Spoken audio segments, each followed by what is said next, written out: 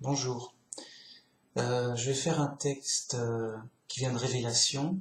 C'est Jésus qui parle à 7 anges qui s'occupent chacun d'une église aux environs de la Turquie actuelle. Donc il y a 7 anges qui s'occupent de cette église. Et donc Jésus leur donne un message à chacun d'eux. Et dans chacun d'eux, il y a un reproche et une promesse de récompense s'ils sont vainqueurs de l'épreuve. Et c'est très encourageant parce que nous aussi, on est dans l'épreuve, autant physiquement que moralement. Et dans cette épreuve, il y aura un jugement pour les actes et pour la foi. Et donc, nous aussi, on doit sortir vainqueurs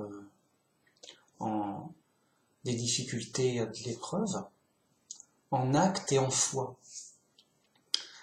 Parce que on est dans le monde ignorant et on est entouré de confusion et de fausses doctrines à tout va.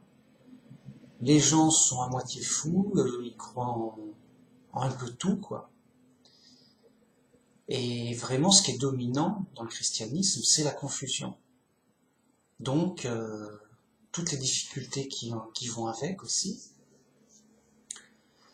Et donc, il faut prendre courage et à l'exemple de ces anges, se dire que celui qui vaincra cette épreuve, l'épreuve où on est, il aura une récompense à l'image de ceux des anges. Parce que les anges aussi sont dans l'épreuve. Vous allez voir. Ces anges qui s'occupent des églises, des premières églises chrétiennes du tout début, qui étaient des vraies églises, au moins à l'époque, ils sont dans l'épreuve, ils sont dans la difficulté. Et Jésus leur montre leurs erreurs, afin de les aider à se corriger. Mais il les encourage et il leur promet une récompense à celui qui vaincra. Car, voilà, il y a une lutte, une difficulté à passer, une épreuve. Et il y a des récompenses, bien sûr, pour ceux qui ont surmonté l'épreuve. Et donc, bien que ça s'adresse à des anges, si ça nous a été transmis, c'est que ça nous sert d'exemple et d'encouragement aussi, de motivation, pour dire que pareillement, si on est vainqueur de cette épreuve, aussi bien pour les actions que pour la foi, on aura une récompense, ce sera important. Et en effet, il ne faut pas se dire oui, je suis chrétien, allons n'importe où, faisons n'importe quoi, comme si les choses ont été faites. Non, on est dans l'épreuve, on sera jugé durant cette épreuve, et si on passe cette épreuve où notre foi est en danger, on est tenté à mal agir, on est tenté à croire n'importe quoi, on est en danger de plein de façons. Et si à la fin de cette épreuve, on a changé de religion, on n'y croit plus, en quoi on est sauvé? En rien, on n'est pas sauvé. On a perdu l'épreuve. Et c'est l'épreuve de la foi la plus importante. Mais si, à la fin de l'épreuve, bien que j'ai gardé la foi, j'ai fait plein de mauvaises actions et de péchés, soit volontairement, soit involontairement, parce que je me suis trompé sur des doctrines, j'étais aveugle sur certaines choses. Il y aura des punitions aussi pour les mauvaises actions, et on n'aura pas les récompenses des bonnes actions. Donc, c'est un texte qui montre à celui qui vaincra les récompenses qu'il aura. Alors je vais les lire, c'est dans Révélation 2.4. Mais ce que j'ai contre toi, c'est que tu as abandonné ton premier amour. Que celui qui a des oreilles entende ce que l'Esprit dit aux églises. À celui qui vaincra, je donnerai à manger de l'arbre de vie qui est dans le paradis de Dieu. Donc là, il y a un premier reproche au verset 4. Ce que j'ai contre toi, c'est que tu as abandonné ton premier amour. Donc, la personne a aimé quelque chose de bien et de vrai, mais pour une raison diverse et inconnue, elle l'a abandonné. Et donc, il lui manque quelque chose d'intéressant. Il a abandonné quelque chose de vrai et de bon, quelque chose de bien qui lui manque. Et donc Jésus lui dit, tu as abandonné ton premier amour, retourne-y parce que t'as rejeté quelque chose de bien, quoi. Attention. Ensuite, dans le verset 7, il dit que celui qui a des oreilles entende ce que l'Esprit dit aux églises. Donc à toutes les églises. À celui qui vaincra, je donnerai à manger de l'arbre de vie, celui qui permet de vivre éternellement, qui est dans le paradis de Dieu. Donc, il promet rien de moins que à celui qui vaincra, de pouvoir manger de l'arbre de vie, donc de pouvoir vivre éternellement, ce qui est la vie éternelle. Bien. Ensuite, en 2.9, je connais ta tribulation et ta pauvreté, bien que tu sois riche, et les calomnies de la part de ceux qui se disent juifs et qui ne le sont pas, mais qui sont dans une synagogue de Satan. Que celui qui a des oreilles entende ce que l'Esprit dit aux églises. Celui qui vaincra n'aura pas à souffrir la seconde mort. Donc là, il parle à un autre ange, et il dit, je connais toutes les difficultés que tu as eues, et ta pauvreté, et les insultes et les mensonges que disent des faux juifs sur ton compte. Et donc, il le réconforte en lui disant, celui qui vaincra n'aura pas à souffrir de la seconde mort. C'est-à-dire que bien, oui, tu as des difficultés, des problèmes, et tu es attaqué par des ennemis, mais celui qui vaincra n'aura pas à être détruit, comme les méchants et les coupables, à la fin, auront un jugement où ils souffriront la seconde mort, c'est-à-dire qu'ils seront jetés dans l'étang de feu pour la destruction définitive. Ils n'auront plus d'espoir aucun de vie éternelle, de vie tout court. Et donc celui qui vaincra sera vraiment protégé de cette destruction totale et complète. Ensuite, en 2.14, mais j'ai quelque chose contre toi, c'est que tu as des gens attachés à la doctrine de Balaam, qui enseignait à Balak à mettre une pierre d'achoppement devant les fils d'Israël, pour qu'ils mangeassent des viandes sacrifiées aux idoles et qu'ils se livrassent à l'impudicité. Que celui qui a des oreilles entende ce que l'Esprit dit aux églises. À celui qui vaincra, je donnerai de la manne cachée, et je lui donnerai un caillou blanc. Sur ce caillou est écrit un nom nouveau que personne ne connaît, si ce n'est celui qui le reçoit. Donc là, l'ange, on a un reproche à lui faire, c'est que dans l'église à laquelle il s'occupe, il y a des gens attachés à des fausses doctrines, et qui ressemble à celle d'un ancien dieu, d'une doctrine d'un faux dieu, et qui en fait met une sorte de piège pour les croyants afin de les égarer vers des idolâtries et des péchés. Et ça, c'est ce qui arrive souvent. Beaucoup de chrétiens sincères ont des fausses doctrines à cause de faux enseignants, et ces fausses doctrines les orientent vers le péché, vers l'idolâtrie. Alors, la plus connue des idolâtries, c'est l'hostie. Voilà, l'hostie, prosterne-toi devant ton Dieu transformé par un miracle invisible en pain. Non, c'est du pain à qui, par un miracle invisible, il s'est transformé en Christ, qui est lui-même Dieu selon eux. Et ils se prosternent vraiment devant le pain. Et vraiment, ils le considèrent comme Dieu, la présence de Dieu. Dieu est là.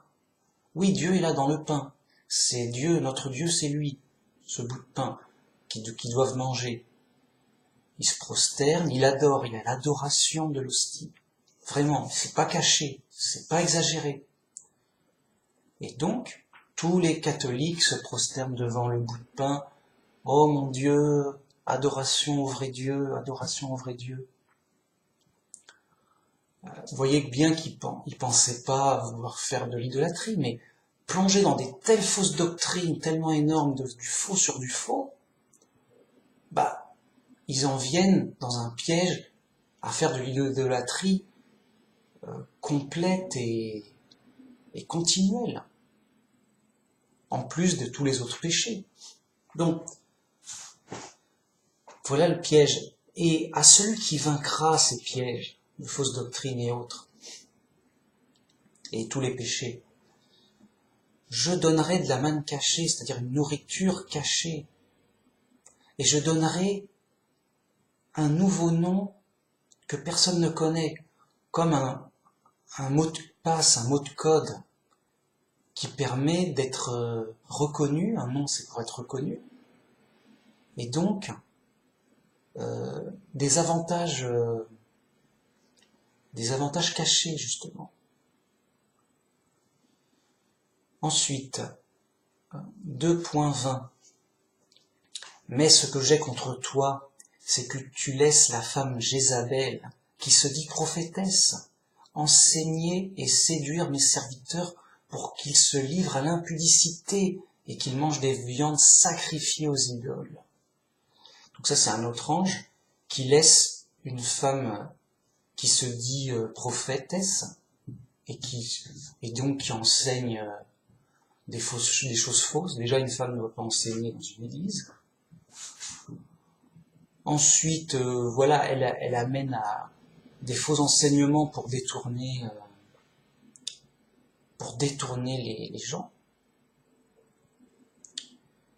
Et donc, pour qu'ils fassent des péchés et des idolâtries. Voilà. Et toi, tu la laisses dans l'église. Alors que normalement, dans une église, si quelqu'un dit n'importe quoi et incite à pécher, on le laisse pas faire. On lui dit de sortir. S'il veut pas, en tout cas, on proteste, on conteste. C'est elle ou nous. Si elle s'en va pas, on s'en va. Mais on peut pas laisser la situation comme ça. Ça veut pas dire qu'il faut faire de mal à qui que ce soit. C'est juste qu'il faut, s'il y a un problème, il faut l'alerter, le désigner, l'accuser, le montrer et le résoudre au mieux possible. Et si ça peut pas être résolu, on s'en va. On va pas rester dans une église où on enseigne du faux et on pousse les gens à pécher, à la faute. C'est pas possible. Donc, il répond à celui qui vaincra et qui gardera jusqu'à la fin mes œuvres. Je donnerai autorité sur les nations. Carrément. C'est-à-dire, à celui qui vaincra et qui gardera jusqu'à la fin mes œuvres. C'est-à-dire mes commandements, ce que je demande, ce qu'il faut faire, ce qu'il faut agir, la manière dont il faut agir. Jusqu'à la fin, il garde mes œuvres. Je donnerai autorité sur les nations. C'est-à-dire que c'est lui qui récompense en donnant de l'autorité, le rang d'autorité. Qui sera roi, qui sera ministre, qui sera seigneur, qui sera prêtre ou qui aura une autorité quelconque dans le monde ou du royaume de Dieu. Donc là, il y a des récompenses à ceux qui vaincront. Ensuite, 3.2. Sois vigilant et affermi, le reste qui est près de mourir, car je n'ai pas trouvé tes œuvres parfaites devant mon Dieu. Donc là, il y a un ange qui est imparfait, qui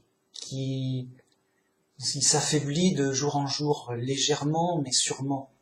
Et dit, affermis ce qui reste et qui est prêt de mourir. Il fait pas vraiment de beaucoup de choses. Il est trop faible dans ses œuvres, il est négligent, c'est bancal, quoi. J'ai pas trouvé tes œuvres parfaites devant mon Dieu. C'est-à-dire que c'est ambigu, il y a à redire, ça va de pire en pire, hein. Faut vraiment relever tout ça, quoi.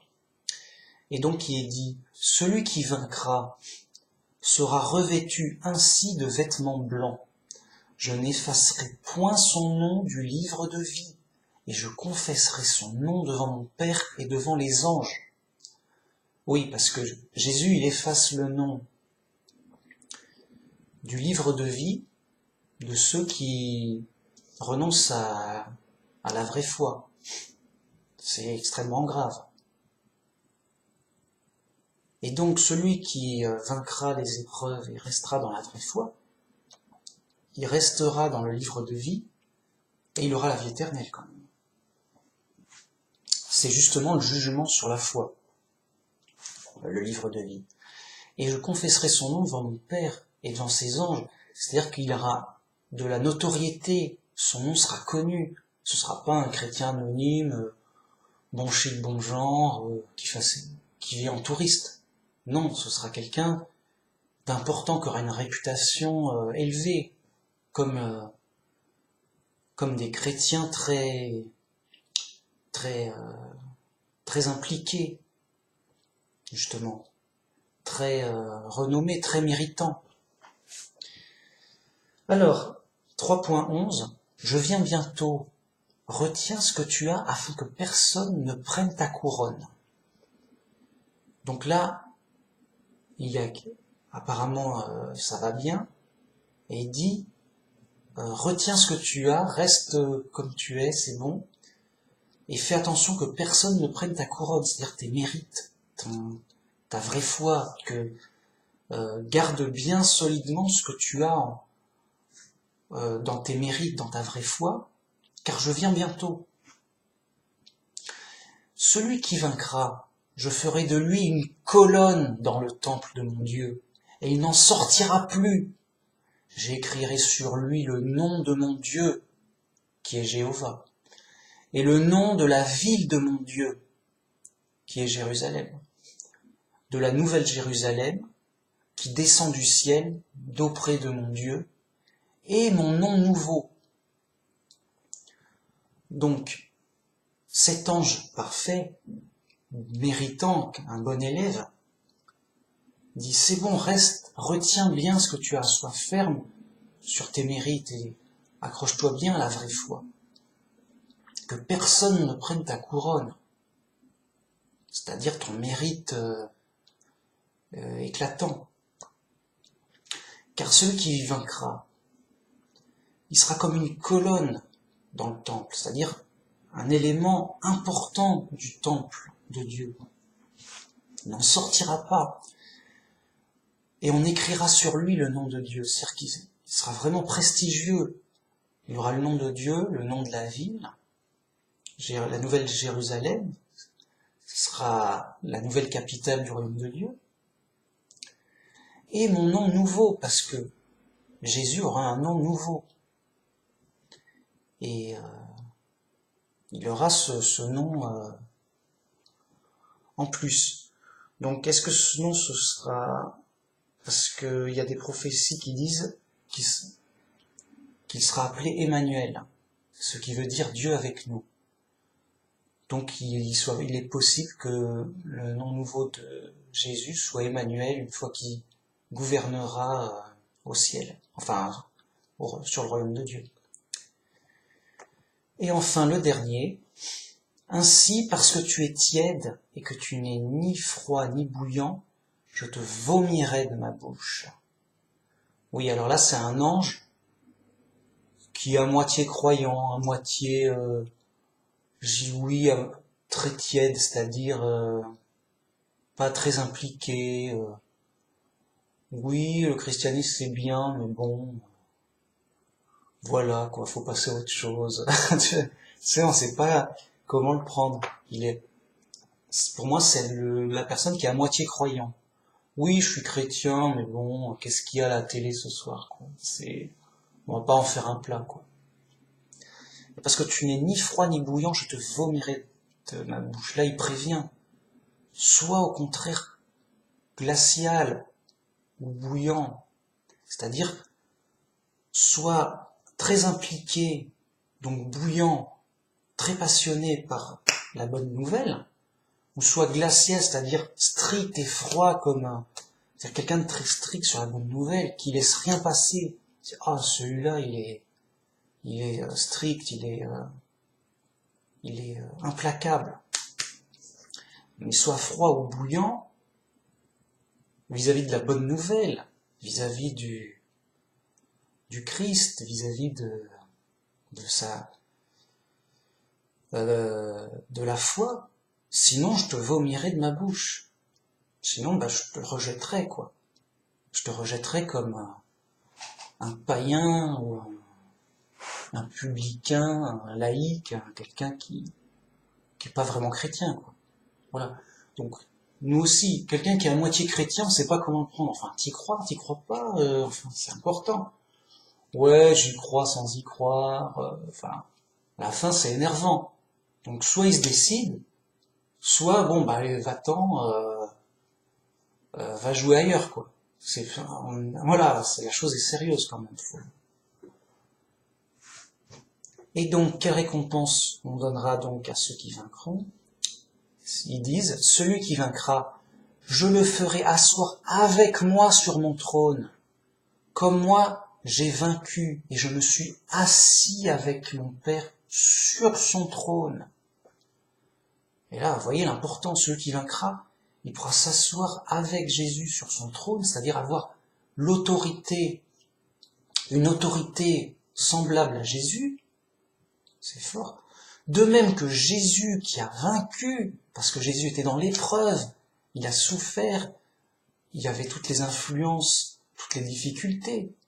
Et malgré ce, il disait, que ce soit pas ma volonté qui soit faite, mais ta volonté, Jéhovah. Et donc, de même que Jésus a vaincu les difficultés, il s'est assis avec son Père sur son trône, et ce qui lui a donné une autorité pareille ou semblable à celle de Jéhovah notre Dieu. C'est pour dire l'importance. Donc voilà, on voit bien que il y a des difficultés même pour les anges, parce que chez les anges, il y a de la rébellion. Il y a le diable et les anges qui suivent le diable, les anges rebelles. Et il y aura une guerre au ciel. Et le diable et ses anges seront jetés sur terre. Donc on voit que même au ciel, il y a des tensions, de la rébellion, et qu'il y aura une guerre, et qu'il y aura un jugement au ciel. Et Jésus dit à ses anges partisans et loyaux de corriger leurs défauts et de rester fermes et vigilants et de vaincre les difficultés, de vaincre les épreuves. Car eux aussi, ils seront jugés, il y aura un jugement pour eux, et ceux qui auront vaincu auront une grande récompense, évidemment. Mais ceux qui seront fait vaincre par les influences, les mauvaises influences, les difficultés, les épreuves, ils auront des punitions, voire même, s'ils font partie des rebelles, ils seront détruits avec le diable. Donc que ça nous serve d'exemple et de motivation. Nous aussi, on est dans l'épreuve, nous aussi, chaque jour, on est dans la difficulté, on est entouré de mauvaises influences, que ce soit par les athées qui ont triomphé sur la science et qui l'ont corrompue pour nous faire croire à la théorie de l'évolution et qui nous influencent de plein de façons par leur folie. L'influence des religions païennes, en veux-tu, en voilà, telle religion païenne est à la mode, on entend du New Age, un peu n'importe quoi. L'influence de Babylone la Grande. Dans le christianisme, il y a toutes sortes d'hérésies folles et n'importe quoi. La majorité des chrétiens sont aveugles dans la confusion. Ils ont faux. Il faut le savoir. La majorité, quand je dis la majorité, c'est, allez, 90, 95%, je sais pas, mais voilà. 9 chrétiens sur 10 sont vraiment à l'ouest. Vraiment, c'est dans Babylone la Grande. Hein. Vraiment perdu. Donc, il y a l'influence du diable, des démons. Donc, vous voyez, toutes ces influences sapent la foi, détournent, nous fait aller vers de l'idolâtrie ou des péchés, comme on a vu. Et donc, même si on doit être le seul, même si on doit, on a l'impression de ne rien pouvoir faire, pourvu qu'on garde notre couronne de salut grâce à l'évangile, et donc on soit vainqueur de cette épreuve et de toutes ces difficultés, alors Jésus nous rassure et nous encourage en disant oui, vous serez récompensés d'une énorme récompense. Et vous n'aurez pas fait ça pour rien, car il en est garant, il le promet. Il dit que ceux qui ont des oreilles entendent. Voilà ce que je dis aux églises, celui qui vaincra aura telle et telle récompense. Donc on a des promesses. On a des promesses et on a surtout la promesse de la vie éternelle pour nous, chrétiens, sauvés par la foi. Donc, on est dans des épreuves, toute notre vie on sera dans des épreuves. Grâce à Dieu, on sera aidé pour surmonter les épreuves, autant des difficultés matérielles, d'être attaqué, d'avoir des difficultés donc d'avoir mal, d'être dans des situations difficiles ou d'être tenté pour mal agir. Autant sur la compréhension et la vraie foi, on aura toutes sortes de difficultés, toutes sortes de tentations de dérive, mais encore là, Dieu pourra nous aider à rester dans la bonne compréhension.